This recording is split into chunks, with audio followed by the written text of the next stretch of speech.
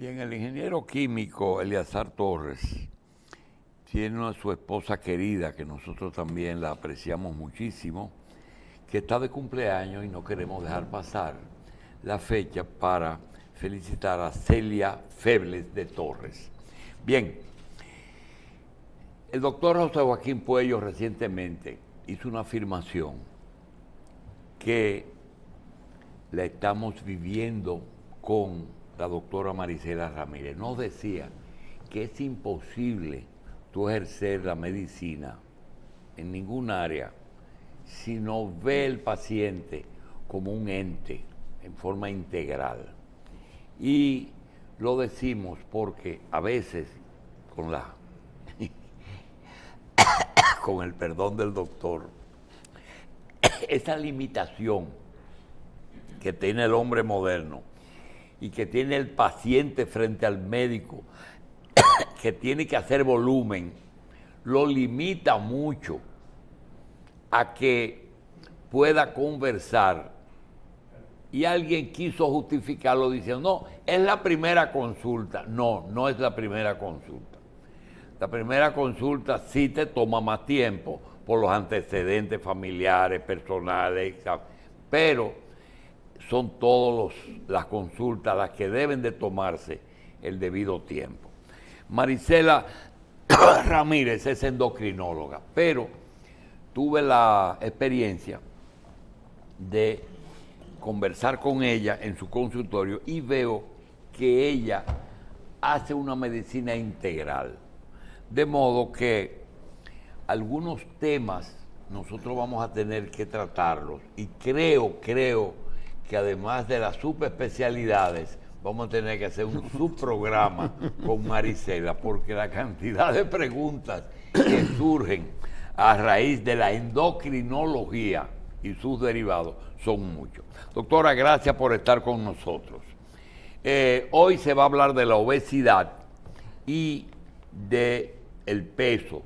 Sin embargo, nosotros queríamos pedirle que antes de entrar en ese tema, nos diga si realmente el médico común, es decir, no es una mala práctica, es sencillamente dejar de pensar en cosas que son de orden, el que se piensa. Por ejemplo, cuando hay problemas cardiovasculares o cuando hay problemas de conducta o psiquiátricos, se debe de pensar en el tiroides. Bueno, lo que pasa es que la glándula tiroide tiene como finalidad producir las hormonas tiroideas. Sin embargo, se le han adjudicado situaciones orgánicas o psicológicas que no están apegadas a los niveles de la hormona tiroidea. Sí, la hormona tiroidea tiene que ver con todo lo que es el metabolismo basal, o sea, todas las funciones orgánicas están dirigidas o están influenciadas por las hormonas tiroideas.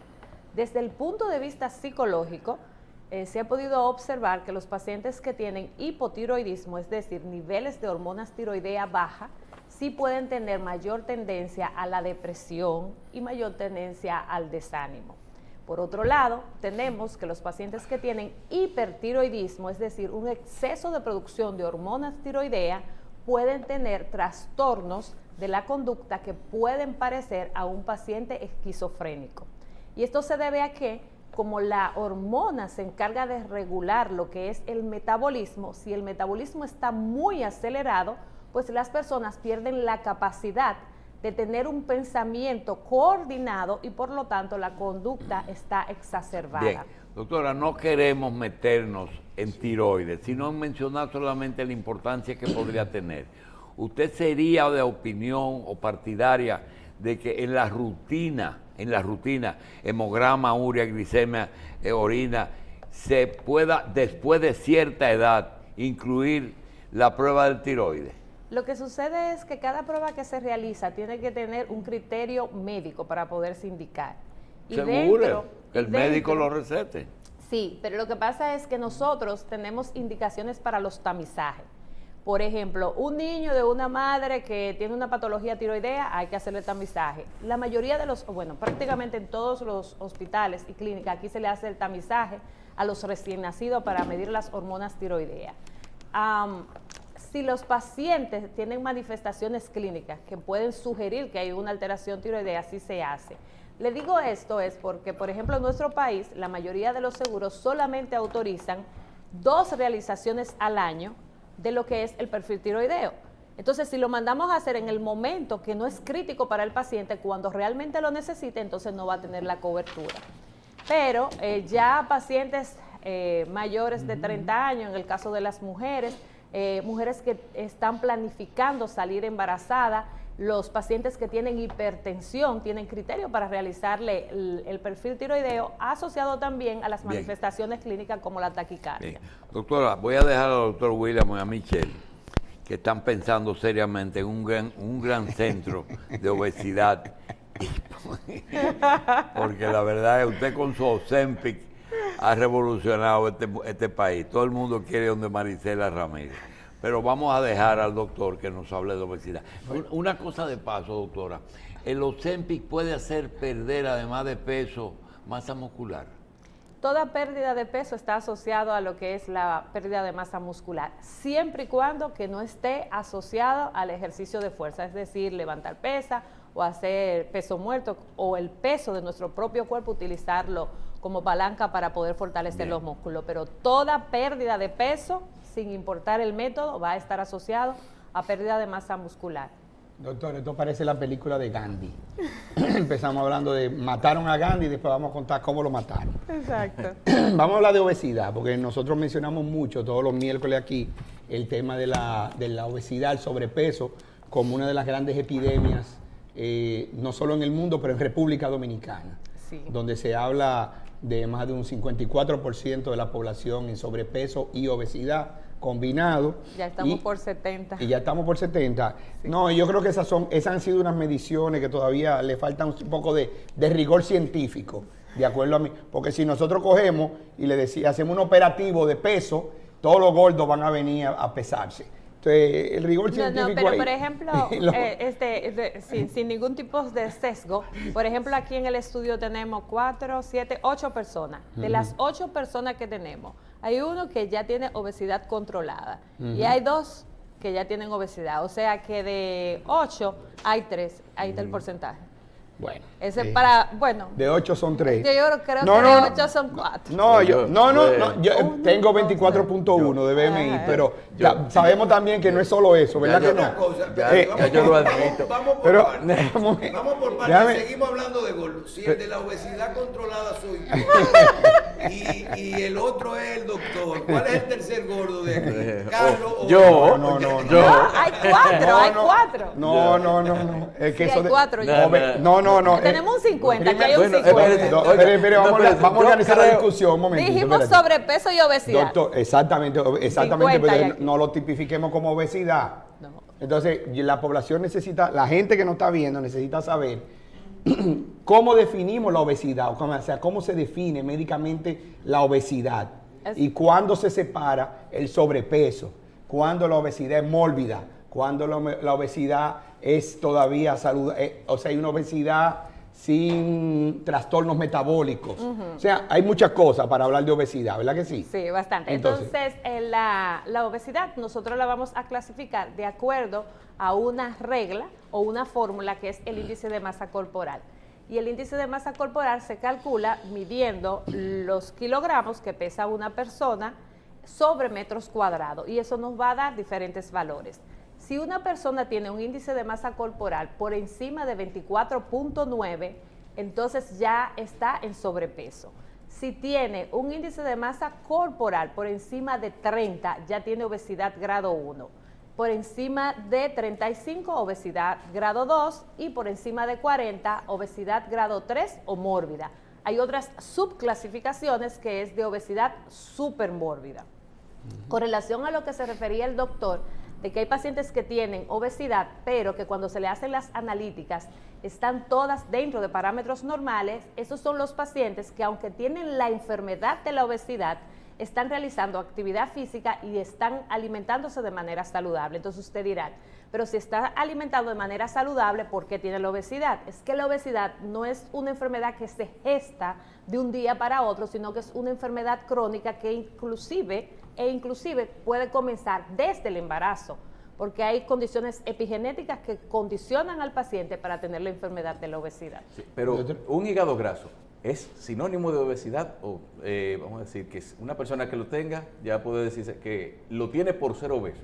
No necesariamente. Lo que pasa es que nuestro cuerpo está dividido por diferentes tipos de compartimientos. Nosotros tenemos un estudio que se llama la bioimpedancia, y la bioimpedancia lo que hace es subdividir qué porcentaje de grasa tiene el individuo, qué porcentaje de grasa de masa muscular tiene y qué porcentaje de tejido óseo, por así decirlo, también tiene, y qué cantidad de agua tiene. Entonces nosotros tenemos que tener un porcentaje específico de acuerdo a nuestro género y de acuerdo a nuestra edad y nuestra estatura. Entonces, existen personas que se ven fenotípicamente delgadas y tienen infiltración grasa. Ahora, la mayoría de los pacientes que tienen sobrepeso u obesidad casi siempre tienen hígado graso. Y el hígado graso no es más que la infiltración del tejido graso dentro del hígado, que es lo que ya llamamos grasa visceral. Doctora, pero también mucho hígado graso en funcionarios, en ejecutivos, que salen todas las noches a cócteles, comen muchos embutidos, picadera y eso. Hay que decírselo también. Pero una pregunta, entonces, usted mencionó varias veces la palabra enfermedad, ¿ok? Por mucho tiempo hablábamos que la obesidad era una especie de comorbilidad, es decir, algo que se asociaba a agravar otras enfermedades. Pero hoy en día se tipifica la obesidad como una enfermedad.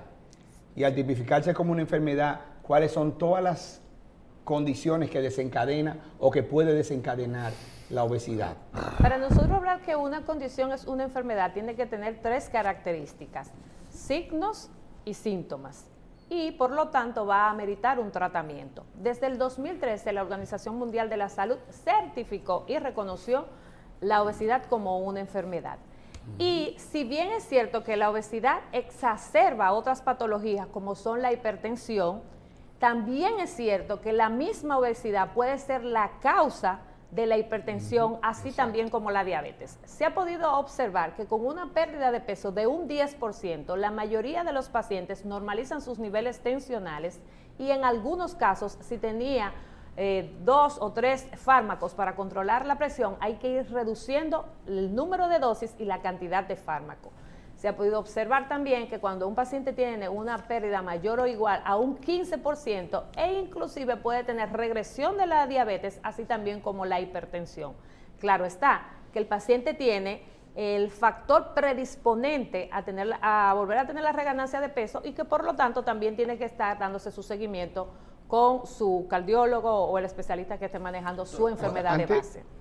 Antes de que entremos a reganancia de peso, porque ahí vamos a tener un poquito de, ¿verdad?, de debate teórico. Sí. Usted es la experta, Sí. Yo solamente soy el que provoca. Claro. Entonces, obesidad y cáncer.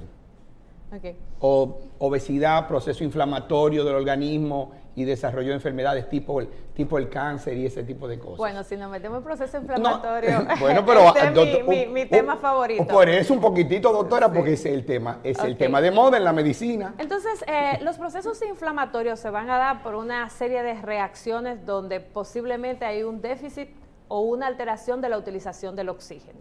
Esa es una causa. Otra causa de los procesos inflamatorios a nivel endotelial, que es la capa... De ahí los antioxidantes que tanto se recomiendan. Que es la capa que cubre todos los vasos, es decir, las venas y las arterias. Este es el área donde se producen mayormente los procesos inflamatorios. Y allí esos procesos inflamatorios, aunado a malos hábitos alimenticios, entonces son los que van a provocar, por ejemplo, la placa de ateroma, que es la que va a producir los infartos. Eso es por un lado. Pero por otro lado, a nivel de los órganos, los procesos inflamatorios van a provocar el daño de la mayoría de las células que componen a ese órgano, y de ahí vienen las diferentes enfermedades, por ejemplo, como la cirrosis hepática o el mismo hígado graso y otros tipos de lesiones. Entonces, Los pacientes que tienen la enfermedad de la obesidad tienen lo que se llama una inflamación de bajo grado. Por eso ustedes van a ver que cuando los pacientes comienzan a tener una pérdida de peso, dicen, oye, yo me siento más liviano, y ni siquiera está asociado a una pérdida de peso excesiva, es que los procesos inflamatorios de su organismo han ido reduciendo. Claro está que cuando el paciente tiene una pérdida de peso, este paciente ha reducido los agentes agresores a su organismo, como son el exceso de las harinas ultraprocesadas, el exceso de grasa, así también como el exceso de azúcar. Todo eso son agentes proinflamatorios. Claro está que nosotros necesitamos carbohidratos, pero carbohidratos en pequeñas cantidades. Al reducir esa cantidad de agentes agresores, entonces el organismo va a reducir su proceso inflamatorio de manera inmediata, pero no es absoluta. Entonces, si vuelve otra vez, aunque haya tenido la pérdida de peso, y vuelve a tener el mismo estilo de vida con la misma alta ingesta de alimentos, entonces vuelve a tener toda la sintomatología anteriormente. Con relación al cáncer, se ha podido demostrar que se activan más de 135 locus, o sea, hay unas áreas en nuestro cuerpo dentro de la célula que son los que se encargan de predisponer a que usted desarrolle tal o cual enfermedad. En el caso de la obesidad, activa 135 genes que pueden provocar que se desarrolle lo que es el cáncer. En el hombre, por ejemplo, el cáncer de próstata, nosotros podemos tener en las mujeres cáncer de útero, cáncer de mama. O sea, la mayoría de los cánceres, y sobre todo el de colon, está asociado también a lo que es el exceso de peso. Doctora, cuando hablamos de ganar peso, y yo creo que de cómo se vuelve a ganar el peso, tú nos pones a pensar, dice, bueno, nosotros hay que hablarnos, no hay que hablarnos mucho de eso, pero usted menciona que la obesidad es crónica. Habla de volver a alimentarse mal. Yo te digo, pero espérate, si yo he perdido peso por 10 métodos diferentes, y siempre hay una constancia, te vas a hacer una cirugía bariátrica, si luego cuando estés flaco logras comer bien, hacer ejercicio y hacer todo bien, entonces tú te vas a mantener flaco. Y cada uno de estos procesos tiene la misma respuesta del tema de los hábitos que tú logres construir cuando ya tú hayas perdido el peso, de no volver a tomar tus hábitos anteriores. Entonces, ¿por qué lo relacionan tanto con que es una obesidad? ¿Por qué se gana peso? Hay gente haciendo esto, si es que son tipos diferentes de formas de ganar peso, o condiciones metabólicas diferentes de personas, o es que realmente es una enfermedad y con la que hay que vivir crónica toda la vida, como la presión, y no tú lo que vas a controlarla. Exacto. Lo que pasa es que si pensamos en las causas de la obesidad, nos vamos a dar cuenta de que hay aspectos genéticos y aspectos ambientales. Los aspectos genéticos nosotros podemos reducir su expresión, pero nosotros no podemos cambiar nuestra genética interna. Entonces, si un paciente tiene, por ejemplo, un padre con obesidad, o sea, uno de sus progenitores con obesidad, él va a tener 40% de posibilidad de desarrollar la obesidad. Ahora, si tiene el padre y la madre con obesidad, entonces él tiene un 80% de posibilidades de desarrollar la obesidad. Claro está, que influye de manera directa su medio ambiente. Si estos padres que tienen esta genética de la obesidad deciden perder peso y cambiar su estilo de vida, el paciente o el niño no se va a ver afectado porque la alimentación que le están dando desde pequeño no va a predisponer su obesidad.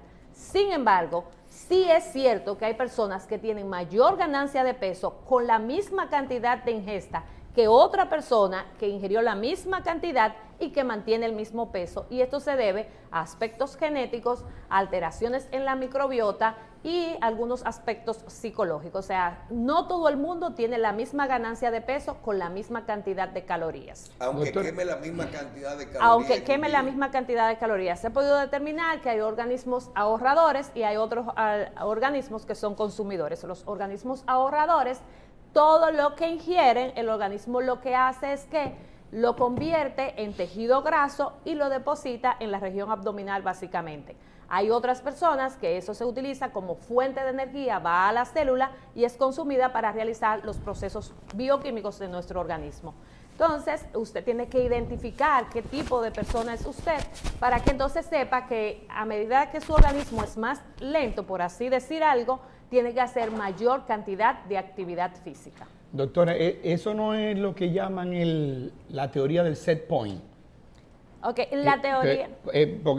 Y quizá un poco que usted explique en qué consiste eso, o sea, que dice que todo el mundo tiene un nivel de peso el que está definido en su organismo fisiológicamente y que el cuerpo trata de mantenerlo, no importa si sube o si baja. En realidad, el set point no necesariamente es así. Lo que sí utilizamos el tema de set point es para lo siguiente. Si una persona llegó a tener 250 libras como su peso máximo, el organismo luchará para volverlo a llevar a ese peso máximo, porque su set point se ajustó a 250 libras. Entonces, ¿qué significa esto? Que la mejor manera de nosotros manejar la obesidad es evitando llegar a ese punto, porque el organismo se va a encargar de liberar una serie de hormonas y de neurotransmisores que van a hacer que usted ingiera la cantidad de alimento que ingería anteriormente en la forma que sea para que usted llegue al peso máximo que tenía. Entonces, la obesidad defiende a la obesidad.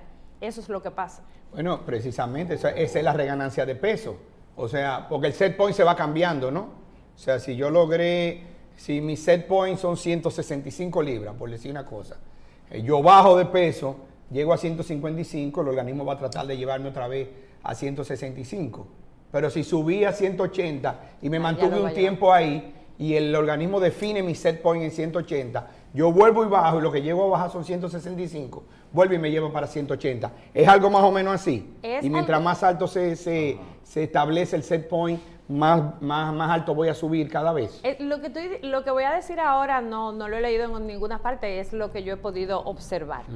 O sea, no tiene una evidencia científica, nada más es mi percepción. Lo que he podido observar es que si un individuo tuvo una ganancia de peso, póngase 40 libras, pero esas 40 libras solo la mantuvo por 3 meses, tiene mayor posibilidad a que su set point no se quede en esa ganancia de peso. Exacto. Ahora, si el individuo tiene una ganancia de peso de manera progresiva y permanece con esa ganancia de peso o ese exceso de peso durante un periodo prolongado, 1 año, 3 años, 5 años, 20 años, lograr modificar ese set point, ahí es que está el problema. Lograr modificar el set point, pero también el método para lograr la pérdida de peso.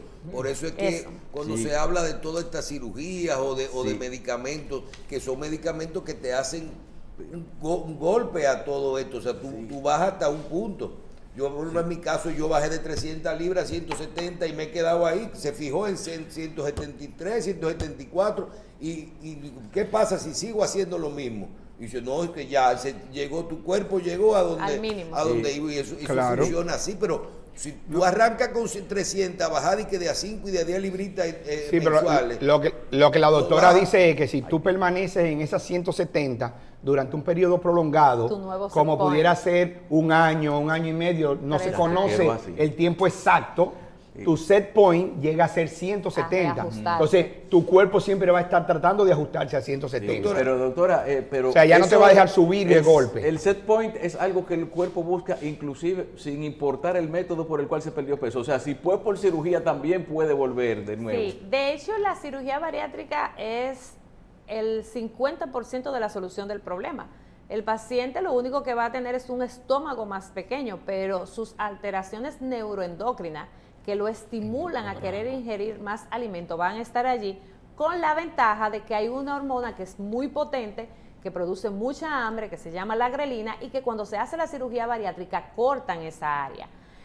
Por eso es que cuando se va a realizar la preparación para la cirugía bariátrica, lo ideal es que el paciente se programe por lo menos 6 meses antes del procedimiento quirúrgico, asistiendo a su consulta del psicólogo o su terapia cognitivo-conductual, para que él pueda manejar mejor su relación con el alimento.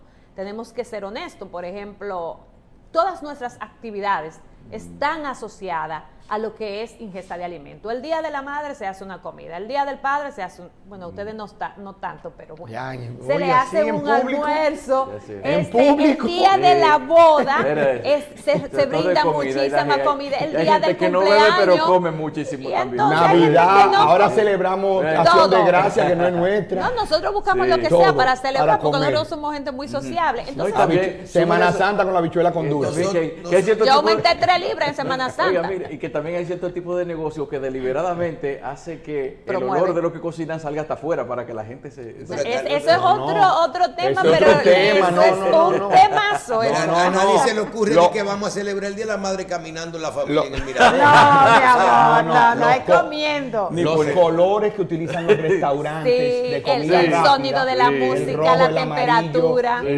todo eso es para Doctora, estimular el el hambre. Hay mucha gente pendiente del programa y están hablando de cuál es su recomendación con los temas de las personas que están en sobrepeso o en obesidad tipo 1, una obesidad leve, con su masa muscular por encima de 25 o de 30, pero nunca por encima de 35. El índice de masa corporal. El índice de masa corporal, y con estos números vamos a decir bajitos, pero que todos sus exámenes están bien, todos sus indicadores de azúcar y tienen su sistema bien de alimentación y su sistema de ejercicio.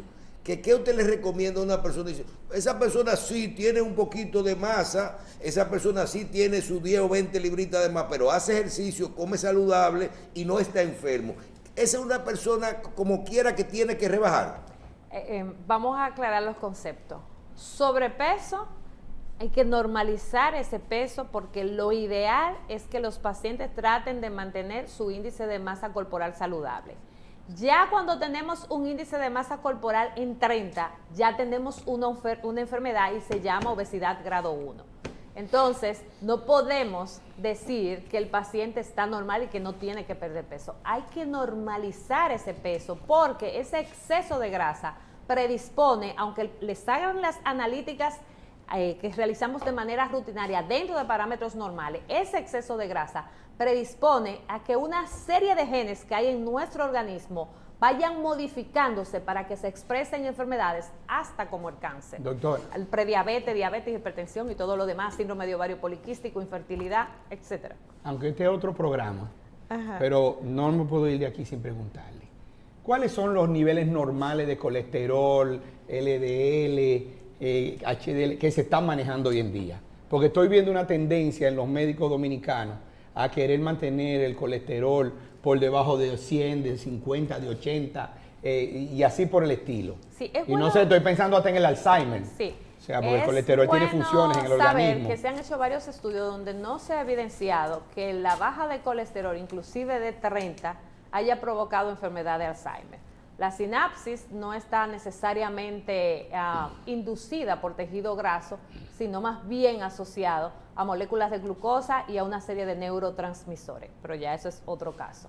Con relación a las metas del perfil tiroideo, del perfil lipídico, va a depender del riesgo cardiovascular que tenga el paciente. Si tenemos un paciente diabético e hipertenso, esos niveles de colesterol LDL tienen que estar por debajo de 100. Si tenemos un paciente diabético e hipertenso y que ha tenido una enfermedad coronaria, algunos dicen por debajo de 70, otros por debajo de 50. Y es que el exceso de colesterol, claro, estamos hablando de medicina basada en evidencia, no de lo que opinan algunos expertos en otra área, pero lo que dicen las guías de manejo nacionales e internacionales es que los pacientes con altos factores de riesgo cardiovasculares, hipertensión, diabetes, y que ya ha tenido un infarto o un accidente cerebrovascular, esos pacientes hay que mantenerle el LDL por debajo de 70 e inclusive por debajo de 50. ¿Y el colesterol total? El colesterol total depende del rango que se esté utilizando. Pero en realidad a nosotros el colesterol total en sí no nos interesa tanto, sino que lo que más nos interesa son los niveles del colesterol malo, que es el llamado colesterol LDL, porque es el que tiene mayor predisposición a formar la placa de ateroma, y la placa de ateroma, que es una molécula grasa, es la que se desprende y produce la oclusión de los pequeños vasos, produciendo infarto a nivel cerebral, cardíaco, ocular o a nivel renal, e inclusive a nivel de miembros inferiores. Bien, doctora, se nos terminó el tiempo, pero nosotros conocemos al dueño del canal, le vamos a pedir 5 minutos al señor Corripio para que nos deje terminar con esto, porque no nos van a perdonar todos los televidentes que siempre nos llaman con respecto a esas recomendaciones, y nosotros siempre le decimos muy abierto, nos fue muy bien tomando... El hombre debe de ingerir pequeñas cantidades de alimento y aunque no tenga sed, debe de cumplir con su cuota de agua. Como le decía anteriormente, hay pacientes que no tienen criterios para administrarle este tipo de medicamento, y hay otros pacientes que se pueden controlar perfectamente y con la misma intensidad que un medicamento inyectable con medicamentos vía oral.